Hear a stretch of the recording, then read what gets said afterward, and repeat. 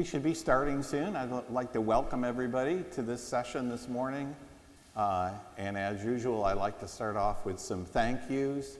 I want to thank Scott Garrett again for the technology portion of this presentation this morning. Hopefully there are going to be some real wows at the end. Hopefully they won't fizzle. I also wanted to thank Father Peter for giving me this time during the adult forum sessions. And I'd also like to thank all of you who have contributed so generously to this project. And I also want to say, if you haven't, there's still time. There's still time. So, but anyway, thank you. I think thank you is always a good way to start one of these presentations. Today, we talked in generalities last week and looked at some of the processes about how organs are actually physically made, the pouring of the metal. We saw pipes being made and different types of organs. Today, we're going to look at some specifics about the console, and we're going to use our current instrument to do that. Hopefully, all things working right, Scott's got a camera here so that you'll be able to see on the screen without having to try to crowd everybody around the console, and of course all of the ramifications that has with our current pandemic situation anyway. So you'll be able to stay comfortably seated and see me pointing out some things to you on the console. And then we're going to, after we do that, we're going to look, you have in your hands, you should have, Barb Christian graciously copied these for me, the specification for the new organ, and we'll take a look at that in light of all the things that we've learned so far. All right, are you ready, Mr. AV? I'm ready to, oh, here we go, the console, all right. There are different types of consoles. One is called a tilting or rocker tab console, and that's what we currently have. That's what this instrument is. It's a rocker tab console that controls all of the stops on the organ. There's also one called a stop key, and for those of you who were here last week, you saw the organ that I first started playing on when I was in high school. That was a stop key console. You see the rows of stops that you press down this way. And then lastly is a draw knob console, and that will be the type of console that our new instrument will be, where you have actually knobs to control the stops to the right or left of you. The manuals I think it comes from Latin, man meaning hand. So the manuals are the keyboards that are played with your hands. They are called, on a 2-manual organ, they're called the grate and the swell. This is a 3-manual instrument, which we will be having as well. Our new instrument will be a 3-manual instrument. So on this instrument, the way it works, the top keyboard is the swell, the middle one is the grate, and the bottom one is choir or antiphonal. And I'm going to define those, help you understand what those things are. Then down below,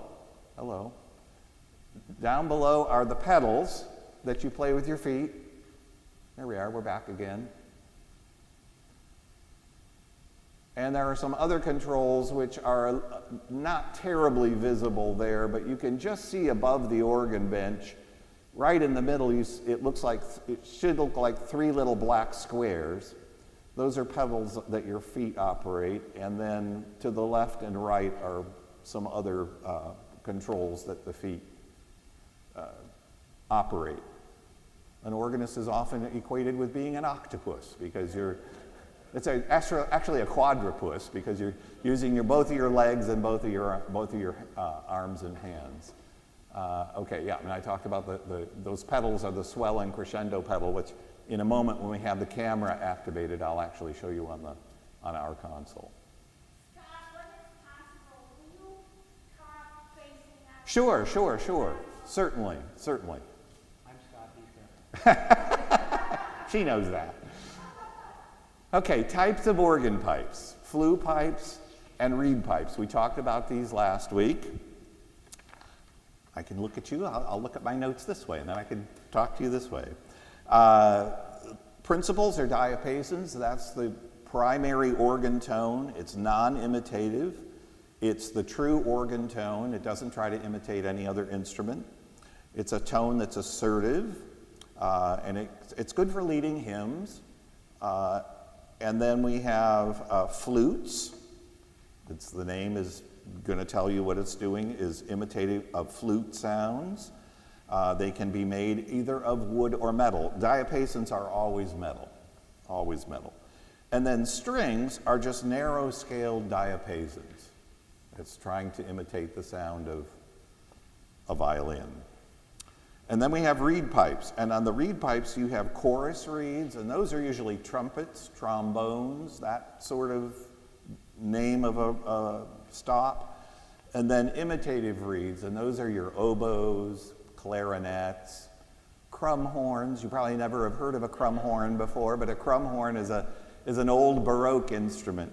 It's interesting. One of the things I was going to mention today is organists have to be linguists, because there's all sorts of languages represented in organ stop lists, and you have to know what these things are.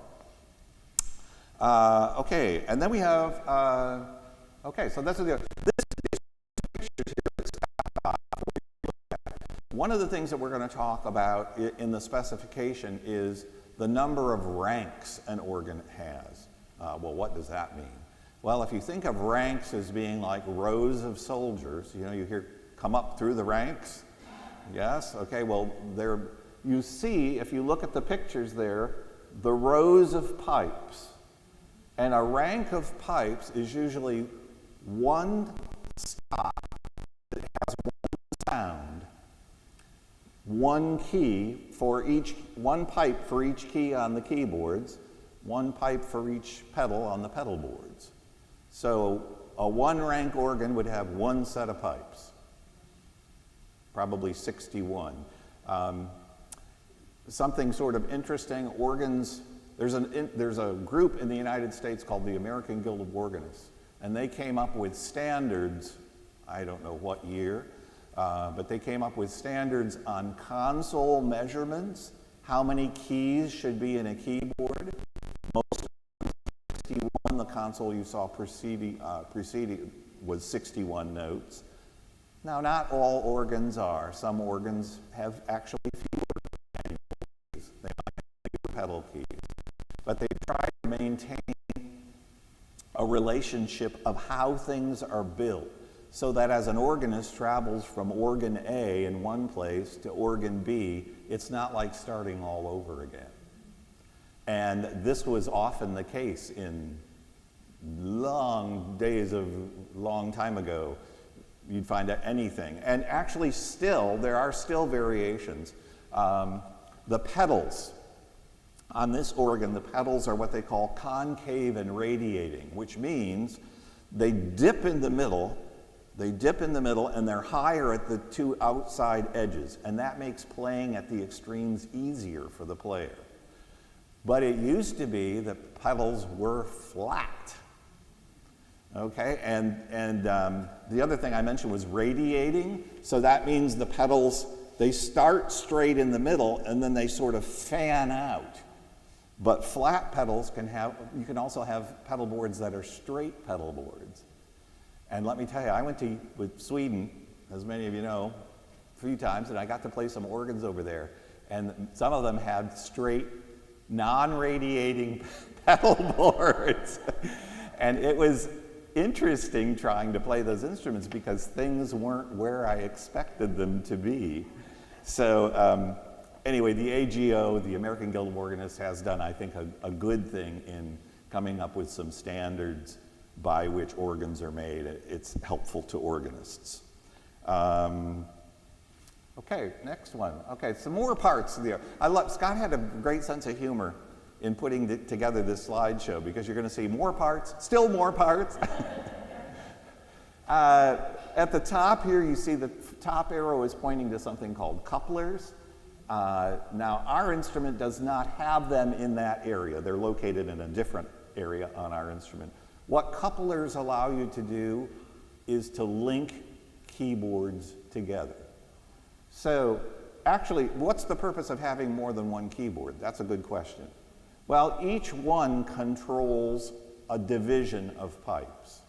So the top one, say, that controls the swell. So that controls a group of pipes, in our case, which is going to be in that chamber right back there. And it's going to be enclosed in a box that has shutters on the front of it that I can control, open and close, to control volume. Because actually on the organ, the only way you can control volume other than using those shutters is to add or subtract stops. There is no expression, the only expression pedal available to you are those shutters. So the couplers allow you to link the keyboards together. Mainly, you usually can couple the top one to the middle one, no problem, top one to the bottom one. You can't couple the top two to the bottom one. That's usually not the case. The one in the middle is called the grate. We're going to get to that when we get the camera over here. And that's actually the strongest keyboard of all. The top one is the swell, but the couplers allow you to link them together. And actually, you can even couple manuals. You can couple the keyboards down to the pedals. So you can play things that are on the keyboards with your feet. It's interesting to watch on a mechanical action instrument, a tracker action instrument. If someone has a coupler on, let's say they have the swell and the grate coupled together, those two manuals playing together, you can actually, on some of them, see the keys go down on the manual that you're not playing on. So if you're playing on the grate and you have the swell coupled, you see the swell keys go down for the notes that you have coupled. Thumb pistons, those are the little white dots that are under the keyboards. Those are buttons which allow the organist to recall combinations that have been preset. And those are very helpful. I think of Laurel and Lena. Lena played her senior recital at St. Olaf on an organ with no pistons, no combination action, which meant she had to, if she wanted to change registrations, if she wanted to change the sound the organ was making quickly, she had to have two assistants, one standing at her right, one standing at her left, to push and pull those stops at the appropriate time. I can't imagine playing a service on an instrument like that, because you have to make quick changes. And I, for one, am totally in favor of combination action.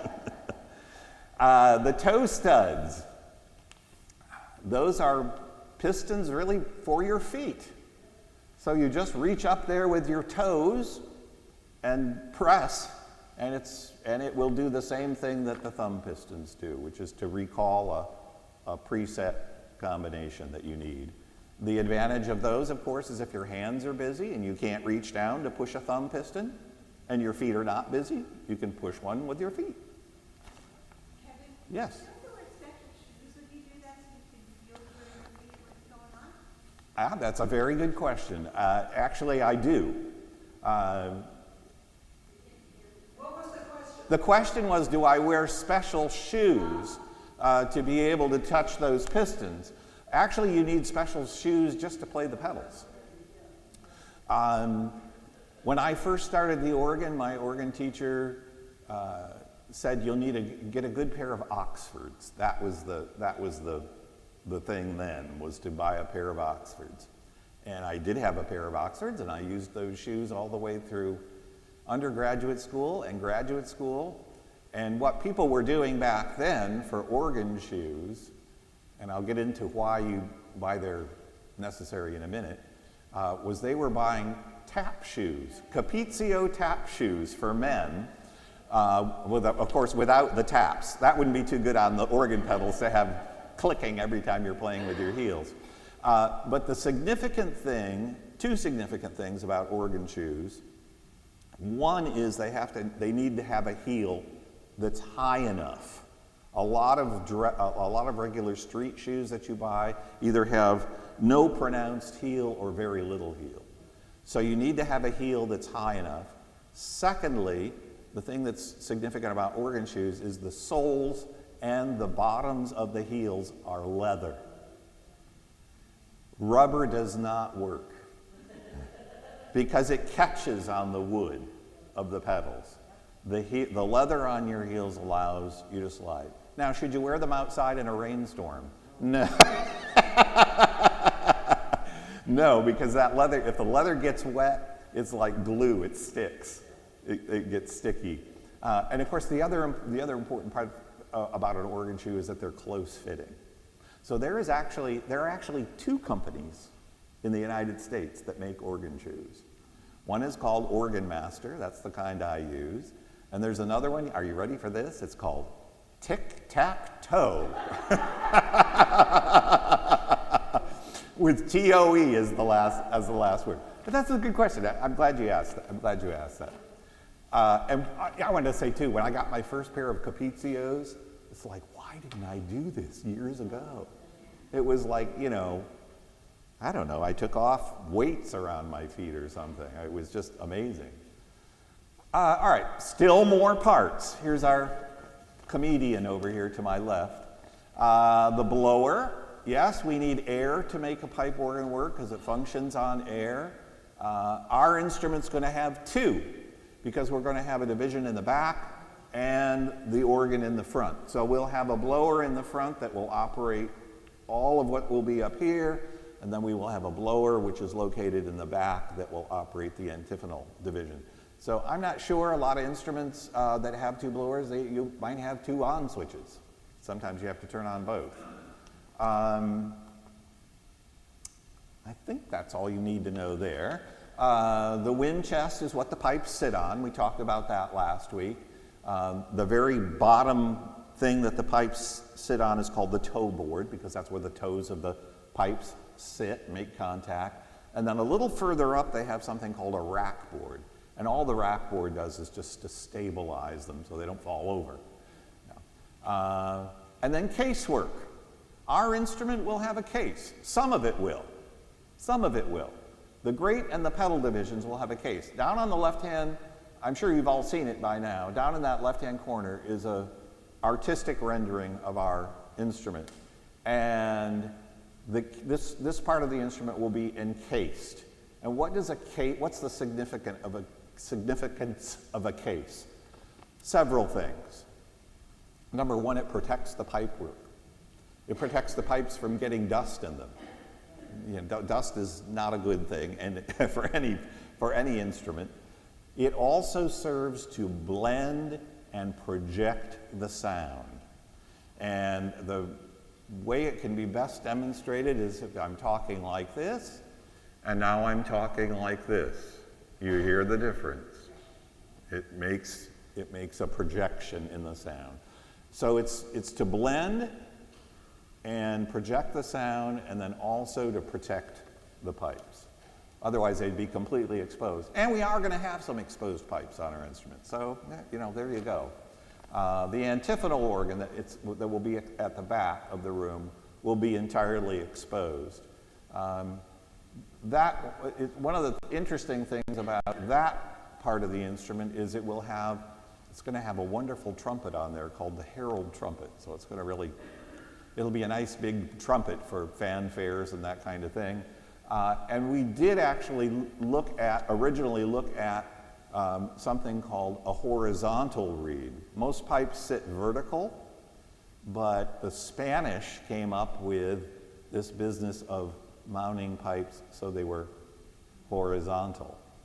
So we actually did in our first talking with Cassavant explore the option of a horizontal trumpet, but we didn't like the way it looked. It just didn't seem right here. So what we have instead is a trumpet that will be vertical, but it's called a hooded trumpet. And the pipes at the top actually come forward, project forward. And the positive thing about that is that, once again, it's a dust control thing. Because those trumpets are reed pipes, And if you get dirt inside reed pipes, it can cause difficulty with their speech. So the idea of the hooded trumpet is that it will help prevent dirt from settling into the bottom of the pipe. Very practical. It's good to have a practical organ designer. Okay, I think we talked a lot about this, and I think I want to come back to this at the end. Can I do that? You want to go to the passive end? Yeah, I want to go to the organ console. What do you mean? Over here, yeah, with the camera. Okay, so you don't want to do the passive end. The video, would you prefer that I did that all now? Doesn't matter to me. I have to hook up the camera. Let's do that. Let's just do this all now. That'll make that easy. All right, flip back to the previous. Oh, okay.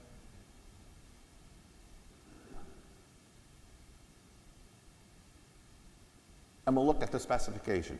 I was going to hold that to the end, but we can do that now.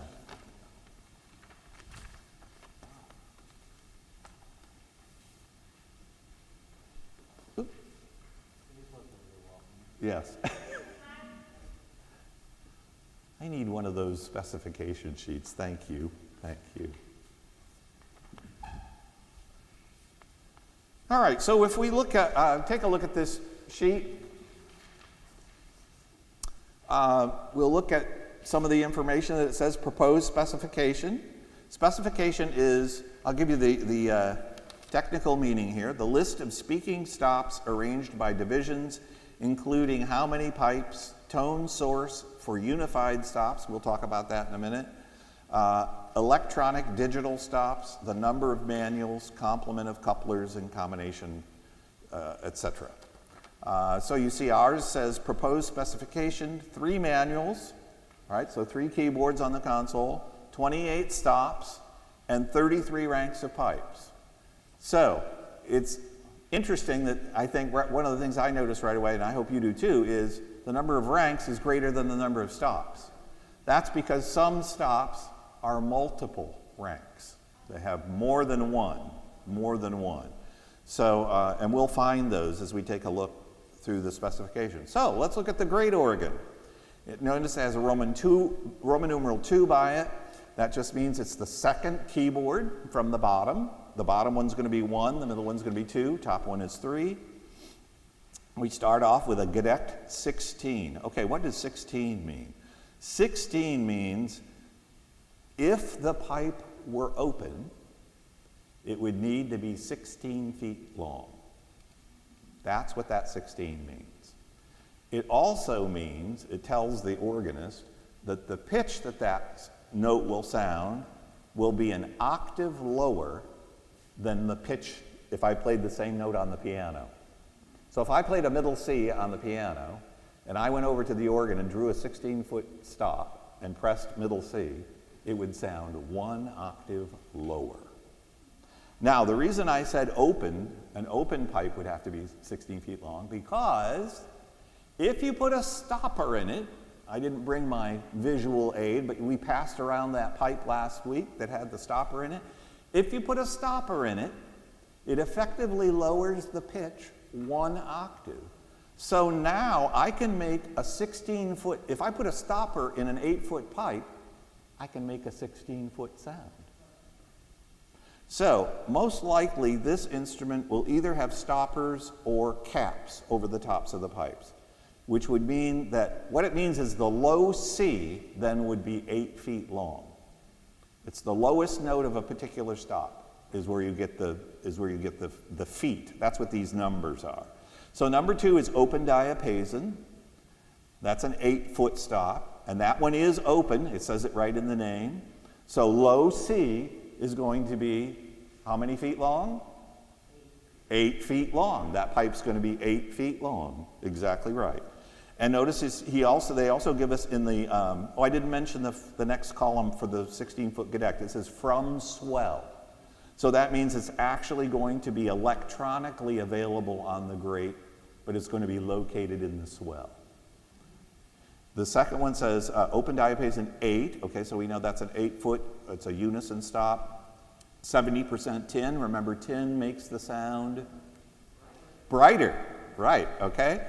And it says bass in facade. So that means in the case, that you see here, the pipes that are showing are the ones that are called, they're in the facade, they're in the face, you can see them. So some of those pipes will be in the facade, the bass. I'm not sure how many that is right now, but then we have a Borden 8, that's a flute. That's a capped flute as well, so it's the longest pipe. Even though it says 8, it's only going to be 4 feet long because it's capped. Then we have a Gemshorn 8. That's a string stop, 8 feet, so it will be open. So that pipe will need to be 8 feet long, only 50% tin. The Borden was also 50% tin, so a little mellower sound. Octave 4. When we start dividing these numbers in half, the pitch goes up 1 octave. So that's the reason it's called octave, because now if I played middle C, I'll demonstrate this at the console. If I play middle C with an 8-foot stop, it's going to sound at piano pitch. If I play middle C with a 4-foot stop, it's going to sound 1 octave higher. There's also a stop, if you skip one, skip the harmonic flute, there's one called 15th. That plays 2 octaves higher. So it's interesting, you have a keyboard that has 61 notes, which is roughly 5 octaves, but the organ has a much greater range than that because you have all of these different pitch levels that you can add on. So we have a harmonic flute 4. That's an interesting stop. The harmonic flute, I mentioned this last week too, and I'm still wrapping my head around it a little bit, but the stop is very imitative of the natural flute. No vibrato, of course, unless we put on a tremulant or something like that, a tremolo, and organs do have tremolos. But the pipes are actually longer than they need to be, but they have a hole pierced in the back at the correct pitch for them to play. And it gives this, all of the pipes, the way they're built, what material they're made out of, the shape they are, all make for different colors. They all give different colors, just like a clarinet is shaped and sounds different from an oboe. Then we have the mixture. All right, here's the one that says Roman numeral 3 to 4. What does that mean? Well, that means here's your multiple rank stop. That means this stop probably begins in the bass end with 3 different pipes sounding at the same time when you press a key. And as you go up the keyboard, somewhere it will increase to 4 pipes. And these are small. Look at the size it says it starts at, 1 1/3 foot. Some pipes are going to be actually, I think they go down to like 3/4 of an inch. I mean, they go tiny, tiny, tiny. Okay, then we have Postsound. All right, here's where it's helpful to know your languages. Postsound is German for trombone. Trombone, yes. 16-foot pitch, and it says it's an extension of the 8-foot, trumpet 8-foot. All right, and it says 1 in 12 are common with the pedal Postsound, not affected by intramanual couplers. All right, so this is borrowed. This is a borrowed stop. Remember, I think I mentioned unified stops. This one is borrowed. So what we're doing is we're taking a pedal stop and making it playable on the keyboards, making part of it playable on the keyboard. And then it connects with the 8-foot trumpet. And you see there, it says 1 in 20, 1 through 20. That means notes, pipes 1 through 20 are in common with the pedal Postsound 16-foot, not affected by intramanual couplers. That means there are couplers on this instrument which allow you to couple the manual to itself. So I can play middle C, and let's say I draw on, if you look down there a little further below the tremulant, it says Great 16. If I pull that on, now I'm playing middle C and the octave below together. So it says it's not affected by the intramanual couplers. And then we have a Cremona. That's not named for the town in Italy. I don't think Agostino's with us today, but Cremona is a reed stop. It's a clarinet-like stop. Well, that was one of my requests, to have a softer solo reed on the grate. And then a clarion 4-foot extension of trumpet. So those numbers, as they get smaller, the pitches get higher, is how you think of that. Then we have a tremulant. great 16, great unison off. That's an interesting thing. That allows you to, it gets a little complicated, but it allows you to couple a stop to itself, but have the unison pitch cut out. So you can turn a 16-foot stop, if you couple it at 4-foot pitch and put the great unison off, it becomes an 8-foot. It becomes an 8-foot stop. All through the wonders of electronics. These things wouldn't have been available in old times. And then we have stops 13 through 17 that are going to be from the antiphonal, which will be at the back of the church. And those will be available on the Great Manual, so that you can use those on the Great Manual as well. And you see what there is: a principal 8, octave 4, principal 2, and then herald trumpets 8 and 4. And then we have chimes, and I insisted on chimes. They weren't going to give me chimes originally. But I said the organ should have some chimes. And so our chimes will be digital. So that will be an electronic stop. But we had to take a whole package. When I asked for the chimes, we also had to take, I think it's Celeste and harp go with that. And those are going to be located on the first manual on the antiphonal organ. So turn the page, let's look at the swell organ. Yes, question? With pipes located at different parts of the church, Mm-hmm.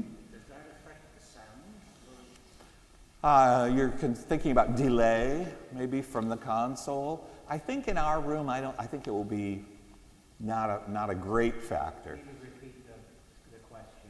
Oh, okay, repeat the question. It was a concern of having pipes in the back of the room. Would that be difficult to control from the console from an aspect of staying together, of ensemble? I don't think it really will. It might be a little tiny bit, but you would need a much longer room this way, I think, to have a real problem that way. One of the things that will be, I just think that window back there begs for pipes around it. I mean, I think it's just going to be stunning when it's in here. But there's a double purpose. Why an antiphonal organ? Well, let's say the choir is standing at the back of the church and we want to do an anthem that needs some accompaniment. I can do that. I can accompany them from the front. Another thing that will be really useful will be congregational singing, because you will not only have organ support coming from the front, but we can have some organ support coming from the back as well. So it's truly going to be surround sound. It's going to be surround sound, which we're not totally new to, because with one of our other electronic organs, in fact, the speakers are still hanging on the wall back there. You can see that we've had that before. All right, so we'll just take a quick look at the swell organ. We have the Gedeckt 16. That's a flute. Geigen principal. Geigen, what does that mean? Klaus, do you know? Violin, strings, yeah. A Geigenbau is a violin maker in Germany. So Geigen principal is a stringy principal. So that will be useful in the swell for accompanying. Rohrborden. I believe this one it does say stopped, and I think all the pipes will be stopped. They have chimneys, actually. It's not a completely stopped pipe. They have chimneys. The stoppers have a cylinder, and it gives a certain timbre to the sound. Then we have viol de gamme. You can figure that out. It's a gamba, or a viola, if you will. So that's a string. And then it has another stop that goes with it, which is called voix celeste. See here, we have German, we have we have French. You see what I mean about being a linguist? Voix celeste. Voix meaning voice, and celeste, angel or heavenly. Yes, in fact, on some organs it's called the angelic something or other. And that combines with the viol de gamme to give a really beautiful effect. It gives this wavering effect. The two pipes are tuned slightly out of tune. And for anyone who's played an instrument, if you're trying to tune with someone and you're not in tune with each other, you hear this beating.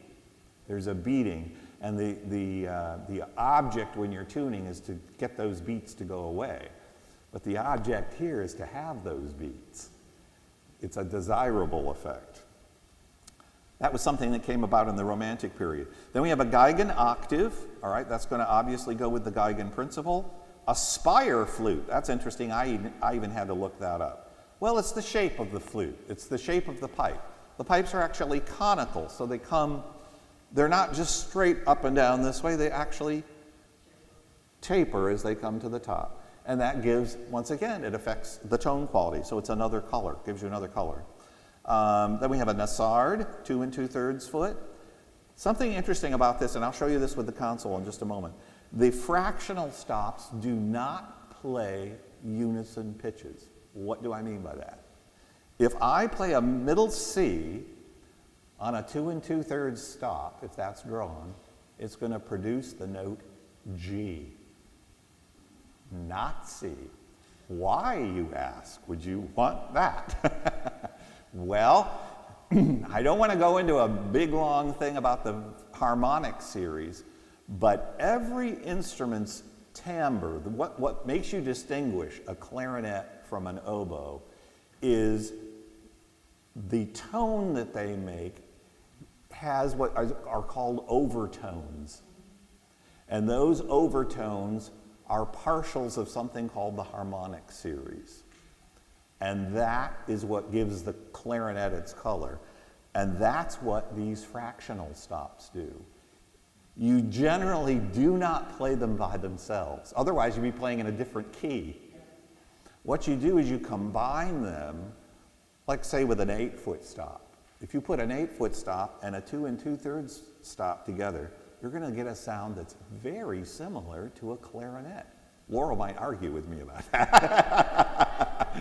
But it does sound like a clarinet because it accentuates a partial in the harmonic series called the 12th. And clarinets are very strong with that partial. Yes? Is that combined by a chord? No, just by drawing a stop. Just by drawing a stop. Yep. Okay, so we have a piccolo 2. I think that's self-explanatory. That's going to be a flute. A tierce 1 3/5. Again, one of those off-pitch stops. And then something called plein jeu 3. All right, that just means full play. And once again, it's a mixture. Notice where it starts, 1 foot. So this is going to be high foot, a high stop, pitch. It says 50% tin, 2 foot at tenor C. So what happens with mixtures are very small pipes. And there's a limit to how small you can make a pipe. So what happens is they have what they call breaks in them. It goes up so far, and then it breaks back. And it will go up so far, and it breaks back. And you can hear this. If I play on a mixture stop on our organ, you can hear it. But it's just a necessity. You can only make them so small. And of course, it's also a hearing thing. Here we go into the range of notes only dogs could hear. Excuse me? You're going to need to speed up. Oh, okay. All right. So then we have a bassoon, 16 foot, so that's going to be a low pitch stop. Imitative stop. Trumpet, probably more of a chorus reed. Oboe 8, clarion 4. And then the antiphonal, we talked about that, and there you see the stops that will be located on that division. It's going to be a third manual. That's going to be the bottom manual on our new instrument. You see some other stops that are going to be available there electronically. And then the pedal organ. The pedal organ is going to have 2 32-foot stops. Those are really low sounding ones, but they give a wonderful gravity to the instrument. Obviously, I don't think we have room for 32-foot long pipes. So, what a lot of places are doing these days, and what we will be doing, is both of these stops will be digital. So they will be electronic, but they're very convincing, very convincing. Isn't that somewhat what your box does on the side? Yes, it does. Exactly. Exactly. And then we have a contrabass 16. That's a principal, but the bottom part of it is made from wood. Subbass 16, which is a flute. That will be a softer 16-foot. And you notice it says 1 through 24 soft wood. The top ones are tin. And you can see there are things that are playing in the pedal that are coming from other locations. It's a very good organ company that will be specific about this. Some organ companies will give things different names, but be the same thing, which is not really. And then you have an analysis, which I think is very good. It shows you how many stops will be in each division, 9 on the great, 12 in the swell, 4 in the antiphonal, 3 in the pedal, and how many ranks each division has. 2019, I think it's so strange. Our instrument came, we said, can't we add one more pipe so we're not memorializing the pandemic year? And then all the couplers that are available to us. Yes. Oh, this is going to have it has some nifty things. One of the things that you have these days, if you look at the back page, it says adjustable combinations. You look halfway down, it says memory up, memory down, and general next, general previous. Those are wonderful. That's something I don't have on this instrument, but it's a wonderful new thing. It allows you to set up a program, and you can push one button and go to the next combination. Push one button, go to the next combination. So that's what next does, and the previous button would take you to the one before it. So it just saves you having to remember, okay, now I've got to press 1 here, now I've got to press 4. You just press next, next, next, next. So that's a really nice thing. Something else you don't have, reversible pistons. And I'll just mention those in a minute. I love this one. Look at after antiphonal to swell. There's a page turner toe piston. I know, we're going to replace Scott, right? But it works with Bluetooth. And of course, a lot of people now are using tablets to read their scores from. So you pair your tablet to the organ, and when you want to turn the page, you just touch that. I don't know. We'll see. I got to try it out. And then some other. What a reversible piston is you press it once to turn on, once to turn it off. Okay, I'm getting. We're not going to do video. Oh, we can't do the video though. No, it will serve no purpose. Okay. All right. This is more important than the projections. Okay. So we're going to just look at some things on this instrument that we've talked about. As soon as he gets me on. Oh, yeah, I am on the screen. All right. On our instrument swell, this is the swell. This is the great. The great is the stronger one. I guess they sort of get their names from their functions. The swell, the tone can swell because you can open and close the box. On this instrument, it's electronic, but can you look down at, yeah, Scott, good. If you see this, my foot is on a pedal right now. It's like the gas pedal on your car. Right now, I'd be going about 150 miles an hour. But if you see it moving, now I'm not going anywhere because the gas is completely closed. So once we have our stops in the swell in that box with the shutters, if I hold a chord and I move that, it gets louder. Yes?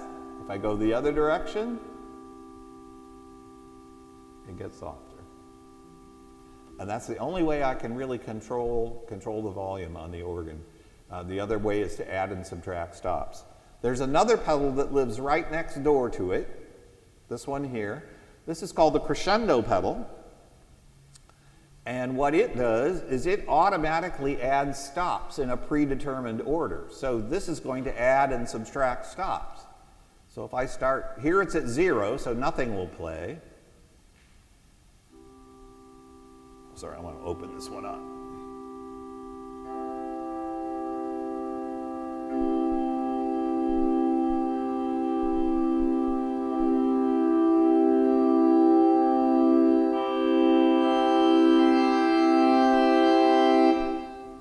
So it automatically adds stops in a predetermined order. And likewise, if I close it,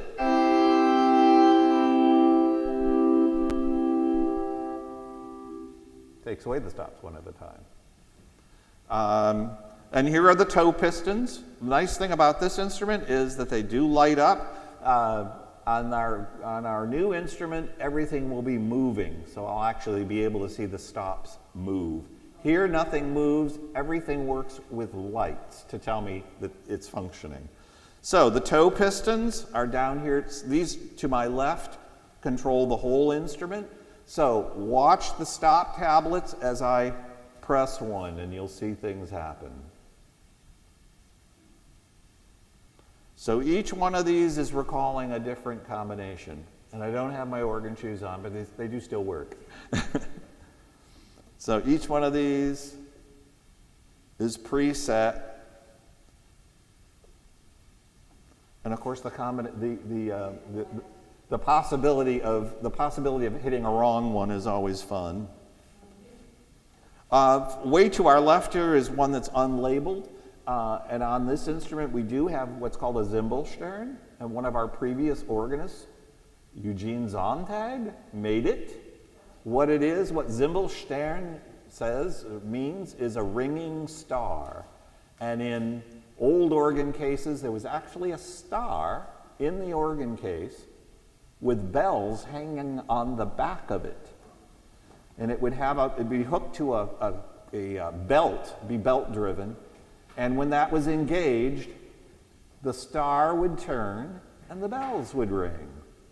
Ours works sort of like that, except instead of being this way and visible a star, it's actually mounted horizontally. It's a box, and it has bells that are rotate this way in a circle. So when I hit that, and you heard it in the postlude this morning, you'll hear it sounds like sleigh bells.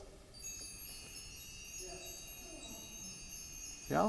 And we're going to keep that. That's going to be on the new organ. We're going to keep that. And this is a good example of a reversible piston. I pushed it once to turn it on. I push it again. Hopefully it turns off. Excuse me? I took them in to see the Zimbelstern. Oh, good. Good. Okay. Let's just talk just briefly about mixtures and some of the stops on this instrument. We'll look to the swell. They're all in groups. The stops are grouped in divisions. So we have swell here. All of these operate swell stops. These operate pedal stops. These operate grate stops, the stops that are on the grate. And then down below here are some other controls that are used. Let's just take a look at that mutation that I was telling you about. So here's the pitch that if I played middle C on the piano, I'll play middle C on this 8-foot flute. That's what it sounds like.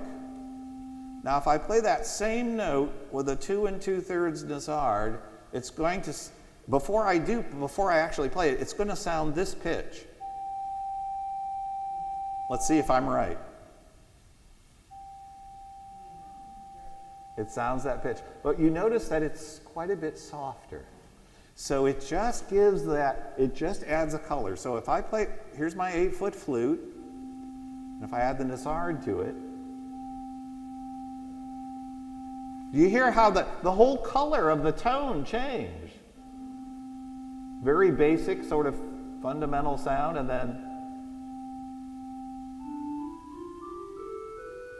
it does sound clarinet-y. Yes, Laurel?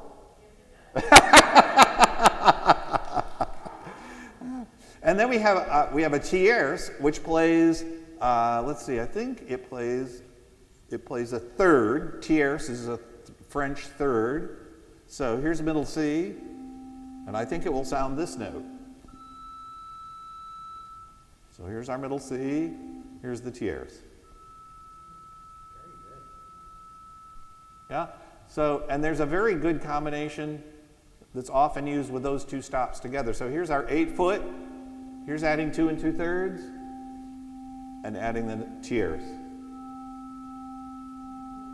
You see, it combines to make a completely different sound. Mixtures. We talked about mixtures. On the swell on this organ, it says we have a plunger 4 to 5 ranks. So let's see if we hear. You'll notice it's high pitches. Let's see if we hear where it breaks back.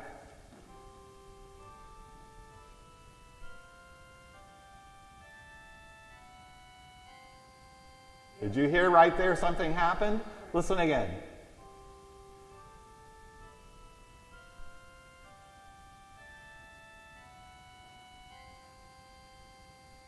Changed order.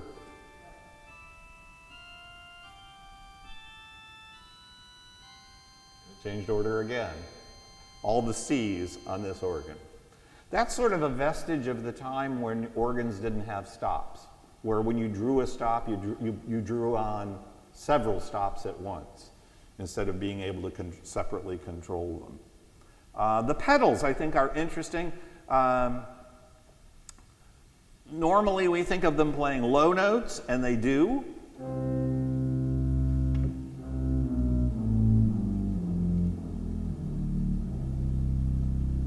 But did you know you can also play high notes?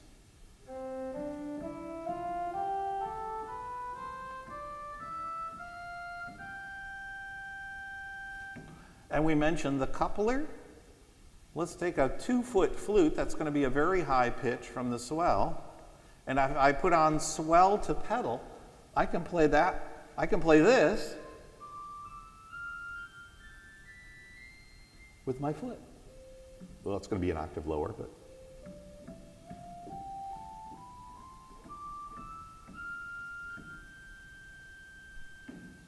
So it's possible to play very high, soft things with the pedal as well.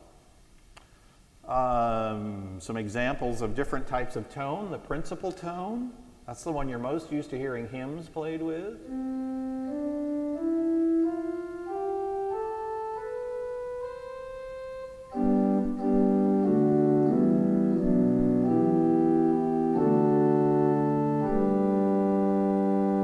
Let's also build up a chorus so you see how the numbers of the stops work.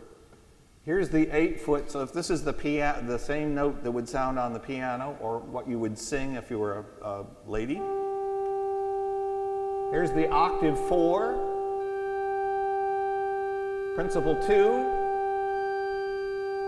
So you hear I'm adding octaves, and then the crown on the top is the mixture. If I play them separately, there's middles. I'm going to play the same note. Here's the 4-foot, 2-foot, mixture. But building it up,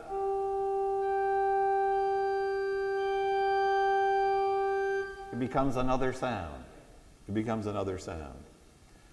Imitative reeds, here's that crumb horn. Chorus reed, trumpet. There's another trumpet in the swell on this organ. And an oboe.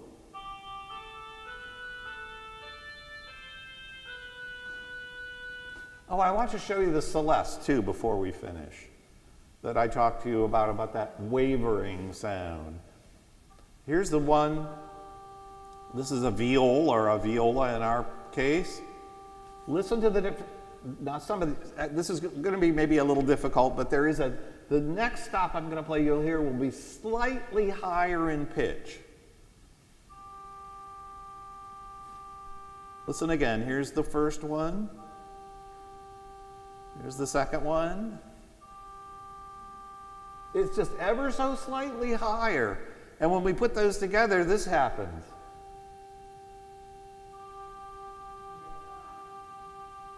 That wavering. It's really very pleasant. I love the Celeste. I think every organ ought to have one. Some instruments don't. And that was probably something that, actually the first folks to come out with that were the Italians. And they called it voce umana, the human voice. Yeah. I think that's it. Well, yes. I could also show you how the coupler works. Here's the 8-foot flute on the swell. And if I put on swell to great, coupling swell to great, I can play that same sound on the bottom keyboard. And that's useful if I want to, let's say I want flutes 8 and 4 from the swell, and I want to put those together with flutes 8 and 4 from the great.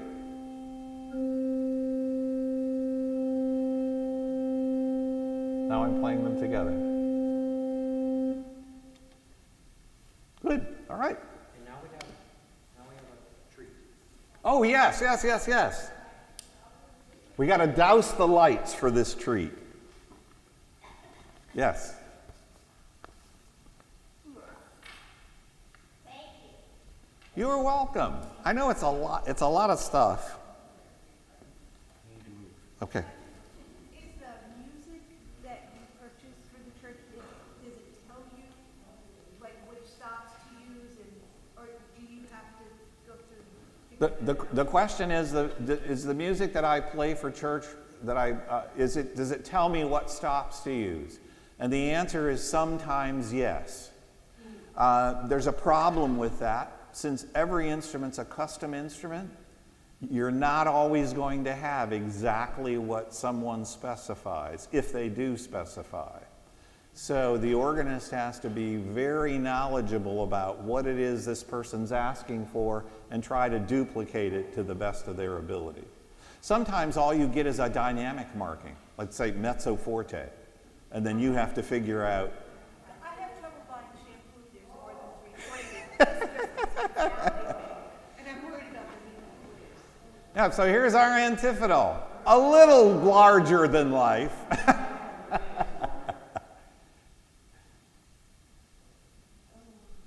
But I knew there was interest in seeing this, especially concern about whether it's going to cover the window. It is not going to cover the window.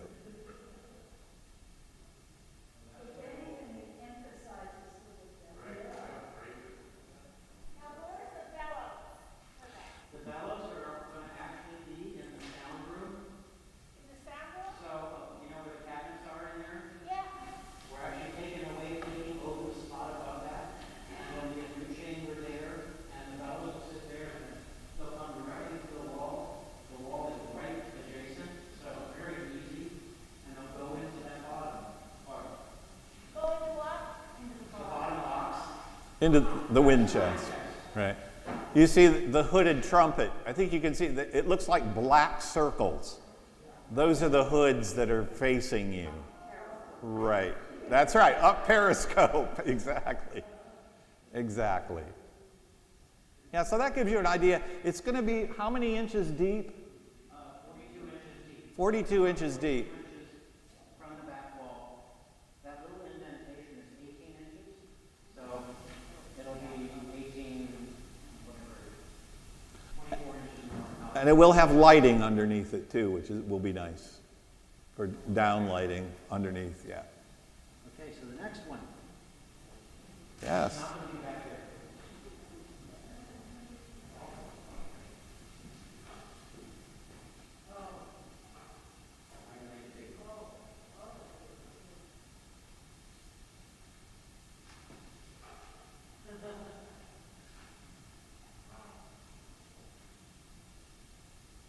Not quite that big.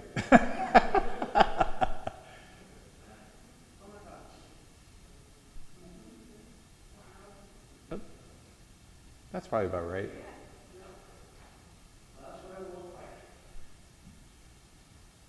And it looks a lot better than it did at 3 o'clock yesterday afternoon.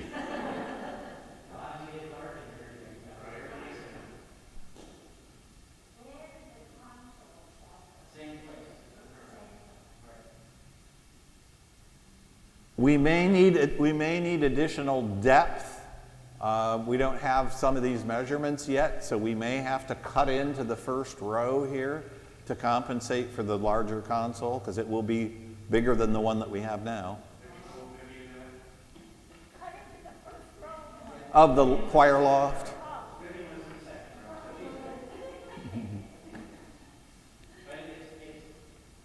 They didn't look that big in the picture. Now, the lights didn't look that big in the picture, but it's really pretty impressive. They'll go all the way to the ceiling.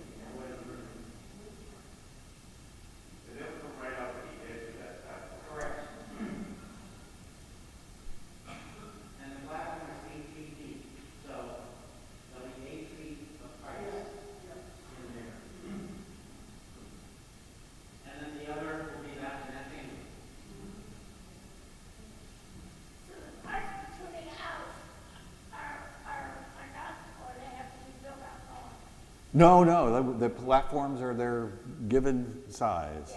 Yeah. You want to speak to our experience over in Thomasia and the experience we had according to maybe feeling the sound versus what we have here currently? Yeah, I mean, I think one of the things about a pipe organ that is significant is that you have 2019 sound sources. With this electronic organ, we have as many sound sources as we have speakers. So we have 1, 2, 3, 4. There's about, I don't know, 6 in there. So there's that to consider. The other thing that I was talking to Ann Bagley about after the presentation last week is artificial flowers have gotten better and better in appearance, but they're still artificial flowers. They're not the real thing. Electronic bells have gotten better and better in their production, but it's not the same thing as a real bell. I think we're going to feel the same way. I have every reason to believe I'll probably have trouble seeing the first Sunday I play this because I'll be crying so hard. Yeah. And another thing a pipe organ does is it physically moves air. So you do physically, you can sometimes feel it in your body. It's possible.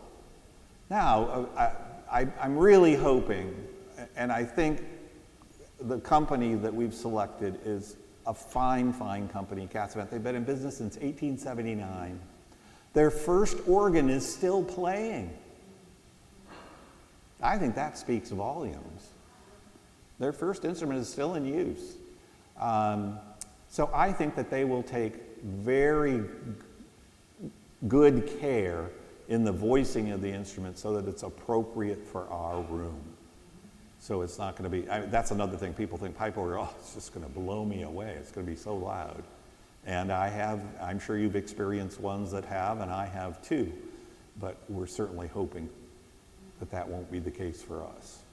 May take a little longer for them to tune it. I mean, after all, this is the floor. I think that if I'm not mistaken, it's they'll be here probably about 6 or 7 weeks, installing and doing the final voicing. Now they do some of the voicing at the factory, but then some of it has to be done once it's in the room. One of the things I wish we had the picture I could show you. We probably could have found one, but one of the things the Cassavant people did was to show us what the church would look like when the organ's delivered. We won't be able to have services in here for probably about 2 weeks because every pew in this place will be covered with some piece of this new instrument. And they're careful, they'll protect, all the pews will be protected with something. I talked to a friend of mine who is organist at Our Lady Queen of the Universe over in Disney, a big Catholic shrine. And he said they came in with pool noodles and put pool noodles on the top of all the pews when they were laying the equipment that has to be installed. Yes? As one of the, I know we have a lot of things that we have to do to get ready for this. But one thing that occurs to me is the club, the great area, that's been up there since this building was built as far as I know. Does that have to be replaced now? Yeah, there is some discussion about that. And I'm not exactly sure what to tell you. I think Cassavant, didn't they propose on building us some sort of new screen? Yeah, they're talking about putting metal screen there. Not just on the sea. It doesn't look like metal, but it's they like it because it's more stable, easier to keep clean. Yeah, unfortunately, right now, if you probably would put a hand on that fabric, it probably would go right through. And another thing that was a concern, I heard Joyce Bryant talking to me about it. She said, I wasn't excited about this. She said, I thought about pipes being here. She said, I thought that's going to be ugly looking at pipes. Well, don't think of it as pipes that you're going to put water through. These are going to be beautiful, and the pipes that are going to be in this facade are going to be polished tin. So it's going to be gorgeous. It's going to add to the beauty of the room. I promise you it will not take away. It will not take away. It will add beauty. Have you been to St. Hyacinthe to the plant? I have not yet. What's that question? He asked if I had been to St. Hyacinthe to their factory, to the Cassavant factory. No, I have not. Yes? How do you prevent the oxidation of the metal pipes? Are they all painted or what? I believe so. The polished tin, I don't know as that needs protection. And the other pipes are painted, and the wood pipes are. And of course, that's not important for the ones that aren't visible. There will be some oxidation over time.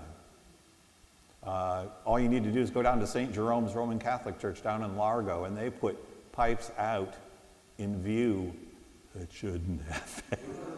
Shouldn't have been. I don't think so. I don't think so. Yeah.